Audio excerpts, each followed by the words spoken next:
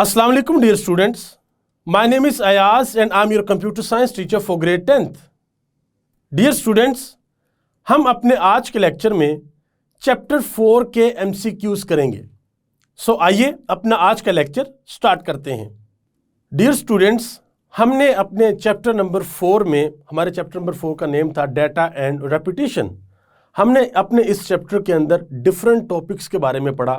हमने सीखा कि अरे क्या होती है, हमने ये देखा कि अरे के इंडेक्स क्या होते हैं, वहाँ पर वैल्यू कैसे स्टोर होती है. हमने लूप्स के बारे में पढ़ा, लूप की टाइप्स के बारे में पढ़ा, और हमने ये भी देखा कि लूप की जो टाइप्स हैं उनमें से जो फॉर लूप है वो क्या है, उसके बारे में डिटेल के साथ पढ़ा. और फिर नेस्टेड लूप्स के बारे में पढ़ा. और आखिर में इस चैप्टर में हमने ये भी देखा कि अरे के अंदर जो वैल्यूज़ हम स्टोर करते हैं उन वैल्यूज़ को लूप की हेल्प से रीड करना और राइट करना ये कैसे होता है, हमने ये भी देखा. हम अपने आज के लेक्चर में इस चैप्टर के MCQs करने के लिए जा रहे हैं. सो हमारा सबसे फर्स्ट MCQs क्या है? एन अरे इज डैश स्ट्रक्चर, कि जो एक अरे है वो कौन सा स्ट्रक्चर है. क्या वो एक लूप स्ट्रक्चर है, कंट्रोल स्ट्रक्चर है, डाटा स्ट्रक्चर है, या फिर कंडीशनल स्ट्रक्चर है. सो डियर स्टूडेंट्स, हमने इसके बारे में पढ़ा था कि जो अरे है, अरे is a type of data structure जो कि अपने अंदर डाटे को क्या करती है, स्टोर करती है. जो इसके इंडेक्सेस होते हैं उनमें, यानी कि 0, 1, 2, 3, 4, 5 ये जो इंडेक्सेस हैं इनके ऊपर डाटे को क्या करती है, स्टोर करती है. एक यानी कि एक फॉर्मेट होता है कि पहले डाटा 0 इंडेक्स पे स्टोर होगा, फिर 1 पे, फिर 2 पे, फिर 3 पे, फिर 4 पे. सो इस तरीके से अरे क्या करती है, डाटे को अपने अंदर स्टोर करती है. उसके बाद हमारे पास MCQs है. Array elements are stored at blank space memory locations. हमारे पास 4 डिफरेंट ऑप्शंस हैं. First is contiguous, second one is scattered, third one is divided and fourth one is none of them. None यानी कि इनमें से कोई नहीं. सो डियर स्टूडेंट्स, हमें पता है कि अरे के अंदर जब वैल्यू स्टोर होती हैं तो वो कंसेक्टिवली स्टोर होती हैं. पहले 0 पे, फिर 1 पे जो इंडेक्स होते हैं अरे के, आपको पता है कि इंडेक्सेस होते हैं जिनके ऊपर हम वैल्यूज़ को स्टोर करवाते हैं, मेमोरी लोकेशंस होती हैं. सो वो स्टार्ट होती है बाय डिफ़ॉल्ट 0 से, 0, 1, 2, 3, 4, 5, 6 सो ऑन, जहाँ तक हमारी अरे जाएगी. सो वी कैन से जो हमारी फर्स्ट ऑप्शन है कॉन्टिगुअस, ये ऑप्शन हमारी ट्रू ऑप्शन है. उसके बाद नेक्स्ट MCQs हमारे पास, if the size of an array is 100, अगर एक अरे का साइज 100 हो, the range of indexes will be, तो फिर जो इंडेक्सेस की रेंज होगी वो क्या होगी. हमारे पास 4 डिफरेंट ऑप्शंस हैं. पहली ऑप्शन है, क्या उस अरे के इंडेक्सेस है उसकी रेंज 0 to 99 होगी, या फिर उसकी रेंज 0 to 100 होगी, या फिर उसकी रेंज 1 to 100 होगी, या फिर उसकी रेंज 2 to 102 होगी. डियर स्टूडेंट्स, इस तरह के MCQs में अक्सर औकात मोस्टली स्टूडेंट मिस्टेक कर जाते हैं, वो थर्ड ऑप्शन को टिक कर देते हैं 1 to 100 को. बट डियर स्टूडेंट्स, आपने इस बात को अपने माइंड में रखना है कि अरे के जो इंडेक्स होते हैं वो बाय डिफ़ॉल्ट 0 से स्टार्ट होते हैं, बाय डिफ़ॉल्ट 0 से स्टार्ट होते हैं. सो अगर हमारे पास एक अरे का साइज 100 है तो उसका इंडेक्स जो 0 से स्टार्ट होगा, तो 0 से लेकर जब वो 99 पे पहुंचेगा तो हमारी अरे का साइज जो है वो कंप्लीट हो चुका होगा, यानी कि जो 100 साइज है वो हमारा पूरा हो जाएगा. सो हमारी जो फर्स्ट ऑप्शन है 0 to 99, ये ऑप्शन हमारी ठीक ऑप्शन है. उसके बाद हमारे पास नेक्स्ट MCQs है, डैट स्ट्रक्चर अलाउ रिपीटेशन, कि हमारे पास यहाँ पर 4 डिफरेंट स्ट्रक्चर हैं. पहला स्ट्रक्चर है loop, second one is conditional, third one is control and fourth one is data. कि ये जो 4 हमारे पास स्ट्रक्चर है, इनमें से कौन सा स्ट्रक्चर है जो हमें ये अलाउ करता है कि हम अपने डाटे को रिपीट कर सकें. कोई एक्शन है हमारे पास हमारे प्रोग्राम में और हम उसको बार बार रिपीट करना चाहते हैं, तो इनमें से कौन सी ऑप्शन है जो हमें ये अलाउ करेगी कि हम अपने उस एक्शन को रिपीट करें. सो डियर स्टूडेंट्स, आपको याद होगा हमने लूप्स के बारे में पढ़ा था. सो लूप हमारी जो पहली ऑप्शन है वो ट्रू ऑप्शन होगी कि लूप हमें फैसिलिटेट करता है कि हम अपने किसी एक्शन को रिपीट कर सकते हैं. नेक्स्ट हमारे पास MCQs है, blank space is the unique identifier used to refer to the array. हमारे पास 4 ऑप्शंस हैं। जो यूनिक आइडेंटिफायर होता है किसी अरे को रेफर करने के लिए, वो क्या है? क्या वो उस अरे की डाटा टाइप है, या क्या वो उस अरे का नेम है, या फिर उसका अरे का साइज है, या इन तीनों में से कोई भी ऑप्शन ठीक नहीं है। सो डियर स्टूडेंट्स, जब हमने अरे के बारे में पढ़ा था उस वक्त हमने ये सीखा था कि जो अरे का नेम होता है वो एक यूनिक आइडेंटिफायर होता है अरे को रेफर करने के लिए। नेक्स्ट हमारे पास जो एमसीक्यूज है, using loop inside loops.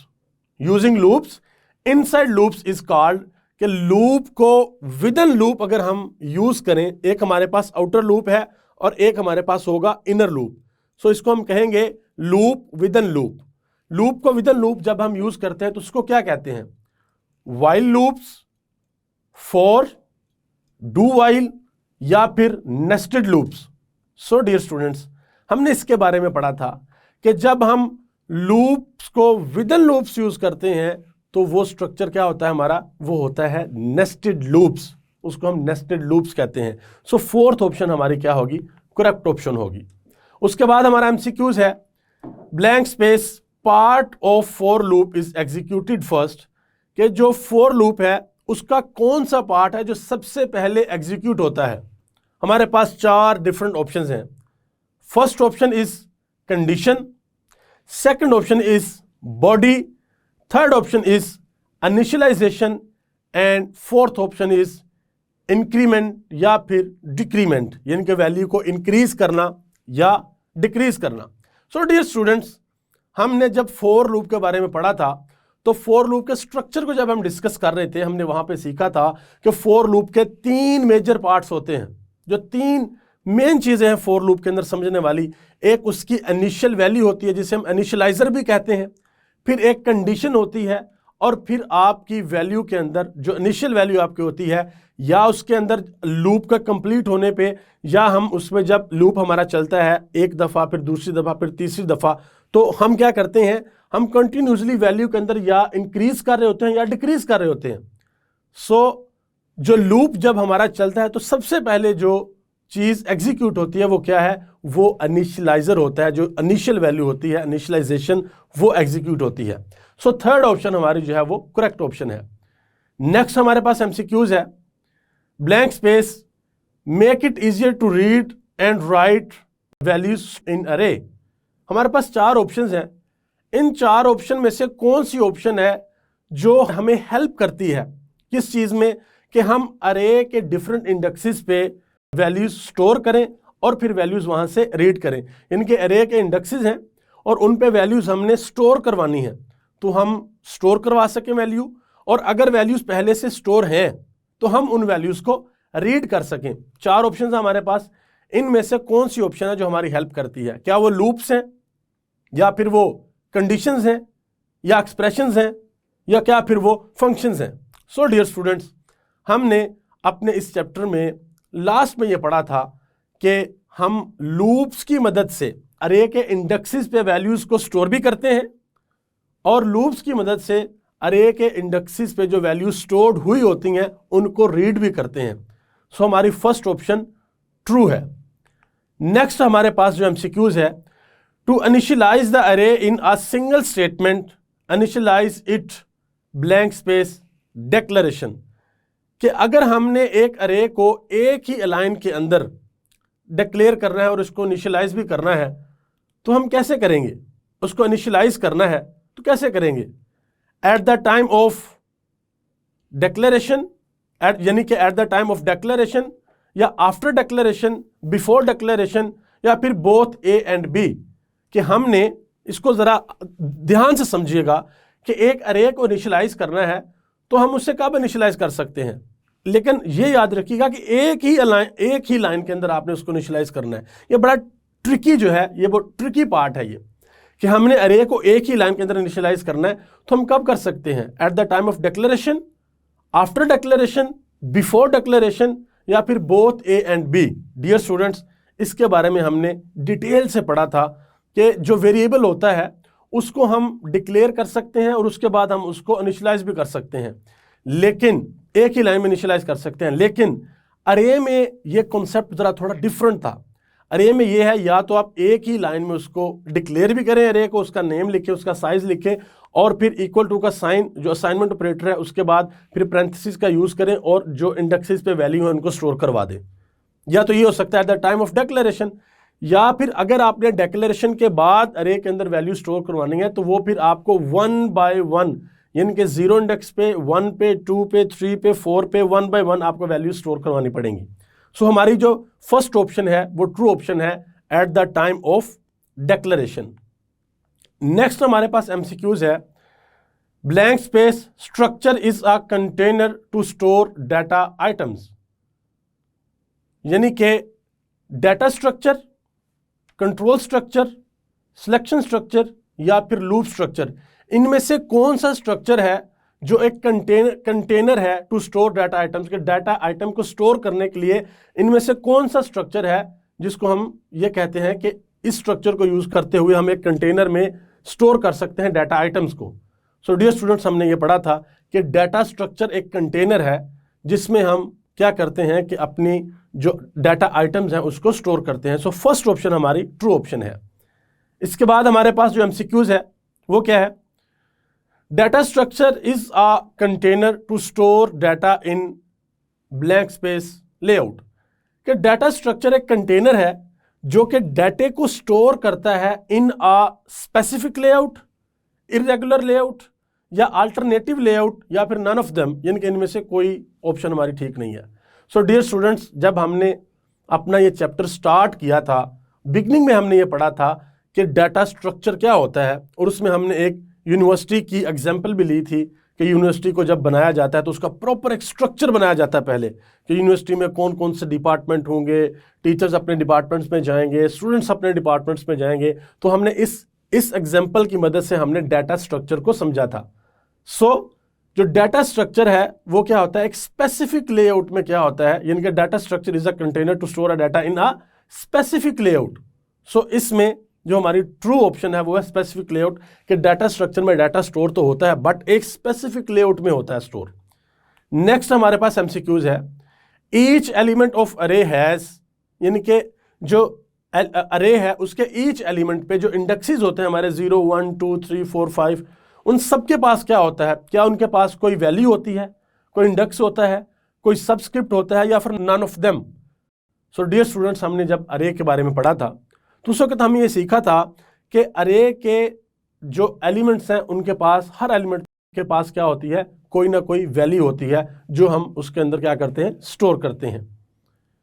Next जो हमारे पास एमसीक्यूज है, blank space is the by default index of अरे, के जो एक अरे होती है उसका बाय डिफॉल्ट जो इंडेक्स होता है वो क्या होता है? क्या वो 0 होता है, 1 होता है, 2 है या फिर एनी? यानी कि 4 ऑप्शन हमारे पास, 0, 1, 2, एनी। इनमें से सही ऑप्शन कौन सी है? सो डियर स्टूडेंट्स, हमने इसके बारे में भी पढ़ा था कि अरे का जो बाय डिफॉल्ट जो इंडेक्स होता है वो कहां से स्टार्ट होता है? वो 0 से स्टार्ट होता है। इसके बाद हमारे पास एमसीक्यूज है। A structure that enable the programmer to execute some sequence of statement repeatedly until a particular condition is met is called, के वो कौन सा स्ट्रक्चर है जो कि एक प्रोग्रामर की हेल्प करता है, उसको इनेबल करता है कि वो एक सीक्वेंस ऑफ स्टेटमेंट जो है वो एग्जीक्यूट करे, उनको रिपीट करे बार बार। कहां तक? एक पर्टिकुलर कंडीशन तक। जब तक वो कंडीशन ना आ जाए तो वो जो हमारा सेट ऑफ कोड है, सेट ऑफ इंस्ट्रक्शंस हैं, वो क्या होती रहे? वो रिपीट होती रहे। सो डियर स्टूडेंट्स, जब हमने लूप्स के बारे में पढ़ा था तो हमने सीखा था कि लूप्स क्या है। लूप्स में क्या होता है कि हमारी जो स्टेटमेंट है या सेट ऑफ कोड है उसको हम रिपीट करते हैं। कब तक? जब तक हमारी एक जो कंडीशन है वो फॉल्स ना हो जाए। सो हमारे पास 4 ऑप्शंस थी यहाँ पे, लूप, सीक्वेंस, सिलेक्शन या फिर स्विच स्टेटमेंट। सो जो फर्स्ट ऑप्शन है हमारी वो करेक्ट ऑप्शन है। उसके बाद हमारे पास नेक्स्ट जो एमसीक्यू है वो क्या है? A loop has essential elements, कि लूप के जो essential elements हैं वो कितने होते हैं? 2 होते हैं, 3 होते हैं, 4 होते हैं या फिर 5 होते हैं? डियर स्टूडेंट्स, जब हमने लूप्स के बारे में पढ़ा था तो हमने देखा था कि जब हम फॉर का कीवर्ड लिखते हैं और फिर अपनी राउंड ब्रैकेट्स लगाते हैं तो 3 चीज़ें हैं जो इम्पॉर्टेंट हैं। सबसे पहले होता है इनिशियलाइजर, फिर होती है हमारी कंडीशन, उसके बाद आता है वैल्यू के अंदर इंक्रीमेंट या डिक्रीमेंट के वैल्यू को इंक्रीज करना या डिक्रीज करना। सो वी कैन से कि लूप के जो एसेंशियल एलिमेंट्स हैं वो कितने हैं, वो 3 एलिमेंट्स हैं। सो हमारी सेकंड जो ऑप्शन है वो हमारी ऑप्शन ट्रू होगी। नेक्स्ट हमारे पास a loop terminate based on, कि एक जो लूप है वो टर्मिनेट होता है, एग्जिट होता है या खत्म हो जाता है बेस्ड ऑन 4 ऑप्शन है हमारे पास। क्या वो कंडीशन की बेस पे टर्मिनेट होता है, या ब्लॉक ऑफ स्टेटमेंट की बेस पे होता है, या इंक्रीमेंट की बेस पे होता है, या डिक्रीमेंट की बेस पे होता है। सो डियर स्टूडेंट्स, इसके बारे में भी हमने ये पढ़ा था कि कंडीशन की बेस के ऊपर जब हमारी कंडीशन फॉल्स हो जाती है सो उस कंडीशन की बेस के ऊपर क्या होता है, हमने डिफरेंट प्रोग्राम्स किए, उसमें हमने देखा कि जब कंडीशन हमारी फॉल्स हो जाती है तो हमारा लूप जो है वो टर्मिनेट हो जाता है और हम उस लूप से बाहर आ जाते हैं। सो हमारी जो फर्स्ट ऑप्शन है वो ऑप्शन हमारी करेक्ट ऑप्शन है। डियर स्टूडेंट्स, उसके बाद हमारे पास जो नेक्स्ट एमसीक्यू है वो क्या है, when a for loop is executed a variable is assigned on initial value on the loop is called. जब हम एक वेरिएबल को लिखते हैं, उसको एग्जीक्यूट करते हैं, तो जो फर्स्ट वैल्यू होती है वो क्या होती है, वो ये होती है कि हम वेरिएबल को एक इनिशियलाइजर देते हैं, एक इनिशियल वैल्यू देते हैं, और उसे हम क्या कहते हैं, 4 ऑप्शन है हमारे पास।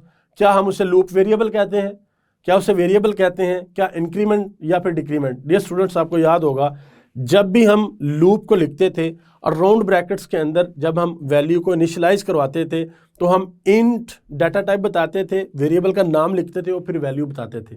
सो उसे हम क्या कहते हैं, लूप वेरिएबल। सो हमारी जो फर्स्ट ऑप्शन है ये क्या है, करेक्ट ऑप्शन है। उसके बाद हमारे पास जो next for loop correct syntax is, जो फॉर लूप है उसका करेक्ट सिंटैक्स क्या है, हमारे पास 4 डिफरेंट सिंटैक्स यहाँ पर है। सो डियर स्टूडेंट्स, हमने इन चारों सिंटैक्स को देखते हुए सिर्फ ये देखना है कि इस सिंटैक्स में से फॉर का कीवर्ड यूज हुआ हो, सो फॉर का कीवर्ड यूज है, और फिर जो राउंड ब्रैकेट्स हैं उसमें क्या हो, राउंड ब्रैकेट्स के अंदर इनिशियलाइजेशन हो, कंडीशन हो, और फिर क्या हो, इंक्रीमेंट और डिक्रीमेंट हो। सो हम इसमें से अगर देखें, और हमने फिर देखना है कि इनिशियलाइजेशन के बाद स्टेटमेंट टर्मिनेटर है और फिर जो कंडीशन है उसके बाद भी स्टेटमेंट टर्मिनेटर है। सो हम देख सकते हैं कि हमारी जो ऑप्शन है हमारी फर्स्ट वो क्या है, ट्रू है। सो डियर स्टूडेंट्स, उसके बाद बहुत इंपॉर्टेंट अब हमारे पास एक स्टेटमेंट है, each run of a loop is called, कि जब लूप चलता है, एक दफा लूप चला, फिर दूसरी दफा चला, फिर तीसरी दफा चला, फिर चौथी दफा चला, सो ये लूप बार बार रन हो रहा है। जो ईच रन है, एक सर्कल है उसका, उसको क्या कहते हैं, साइकिल कहते हैं, आइट्रेशन कहते हैं, बोथ या फिर नन ऑफ देम, क्या कहते हैं उसको। डियर स्टूडेंट्स, हम उसको आइट्रेशन कहते हैं। जो लूप का एक रन होता है, जब लूप एक सर्कल कंप्लीट करता है और कंडीशन को चेक करके वैल्यू को इंक्रीज या डिक्रीज करके दूसरे सर्कल पे आता है, तो जो एक सर्कल होता है उसे हम क्या कहते हैं, आइट्रेशन कहते हैं। नेक्स्ट है हमारे पास, which part of loop statement is use to control the loop, कि इसमें से कौन सा पार्ट है जो कि लूप को कंट्रोल करता है। क्या करता है, लूप को कंट्रोल करता है। क्या लूप को बॉडी कंट्रोल करती है, या फिर इंक्रीमेंट और डिक्रीमेंट कंट्रोल करता है, क्या या फिर उसकी कंडीशन कंट्रोल करती है। और फोर्थ ऑप्शन है हमारे पास, नन ऑफ दिस, इनमें से कोई नहीं। सो डियर स्टूडेंट्स, जो लूप को कंट्रोल करता है वो कौन करता है, लूप की जो कंडीशन होती है, कंडीशन की बेस पे लूप होता है कंट्रोल। सो इसकी जो थर्ड ऑप्शन है वो हमारी क्या है, ट्रू ऑप्शन है। उसके बाद हमारे पास there are types of loops, कि हमारे पास लूप्स की टाइप्स कितनी है, 1, 2, 3 या फिर 4। डियर स्टूडेंट्स, हमने जब लूप्स के बारे में पढ़ा था तो हमने देखा था कि हमारे पास 3 टाइप ऑफ लूप्स हैं और 4 लूप को हमने डिटेल के साथ पढ़ा था। पहली टाइप फोर लूप थी, फिर वाइल लूप थी और फिर डू वाइल लूप थी। सो हमारी जो थर्ड ऑप्शन है ये करेक्ट ऑप्शन है। उसके बाद we can repeat a pattern, कि हम एक पैटर्न को रिपीट कर सकते हैं by using array, by using loop, by using nested loop, या फिर by using variable. Dear students, हमने डिफरेंट प्रोग्राम्स किए थे और हमने देखा था कि जब हमने एक पैटर्न को रिपीट करना होता है तो हम लूप को विद इन लूप यूज करते हैं। एक हमारा आउटर लूप होता है और एक हमारा इनर लूप होता है। सो उसे क्या कहते हैं, नेस्टेड लूप। सो हमारी जो थर्ड ऑप्शन है वो हमारी करेक्ट ऑप्शन है कि हमने अगर एक पैटर्न रिपीट करना हो तो हम क्या यूज करते हैं, नेस्टेड लूप यूज करते हैं।